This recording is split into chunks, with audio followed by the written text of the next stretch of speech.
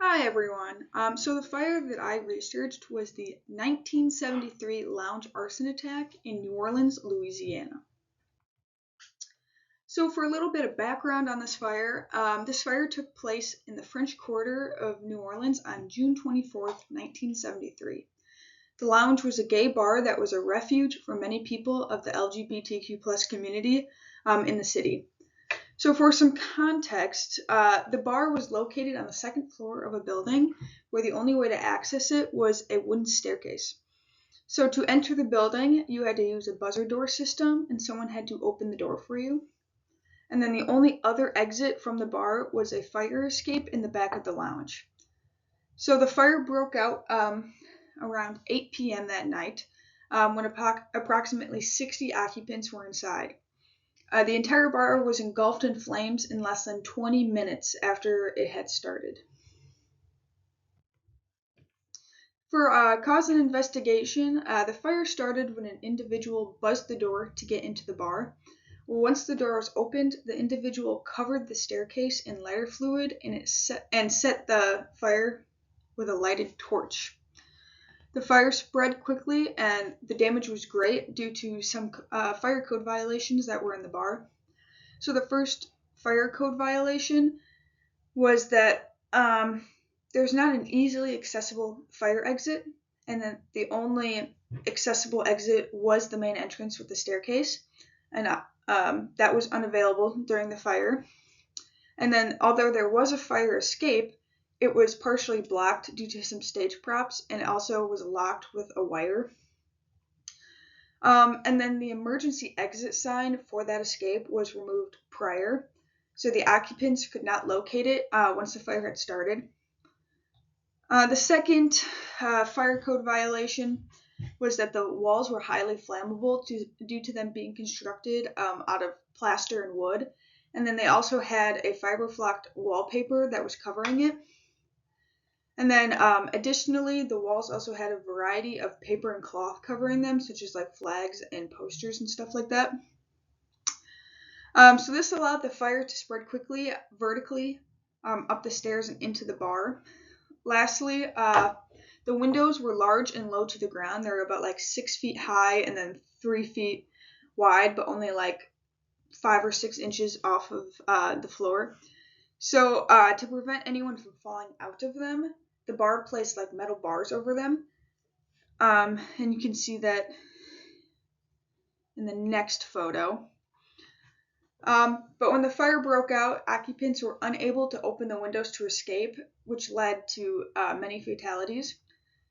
Since many of the people could not find the fire escape, they tried to exit through the windows, and I believe only one person was successful in doing this, while the rest died trying to get out of the windows.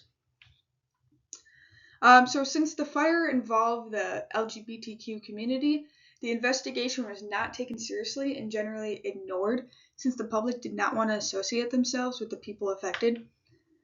The investigation did not lead to finding who did it, and it still remains unsolved today.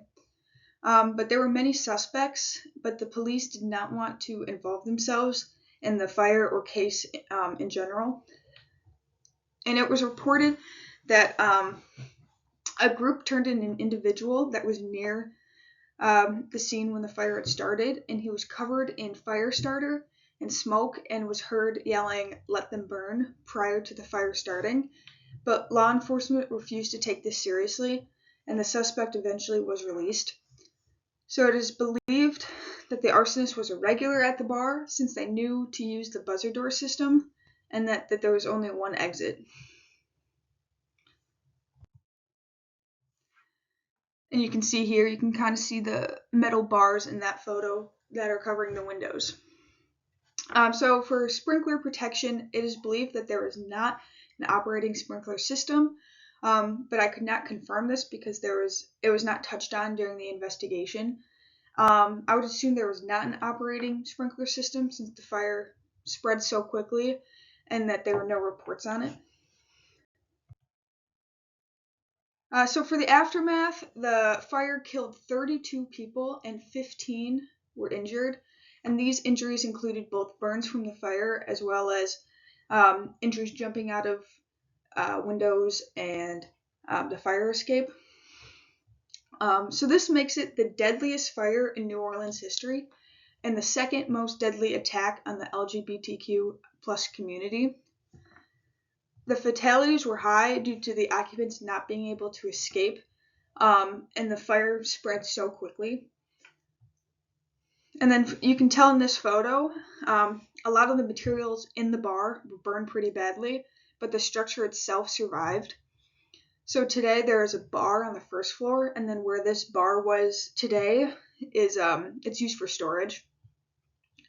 And then the news covering the tragedy was also very limited and brief because the circumstances around it. Public officials refused to make any statements. Papers and the news did not want to cover it or include obituaries or the victims of the fire.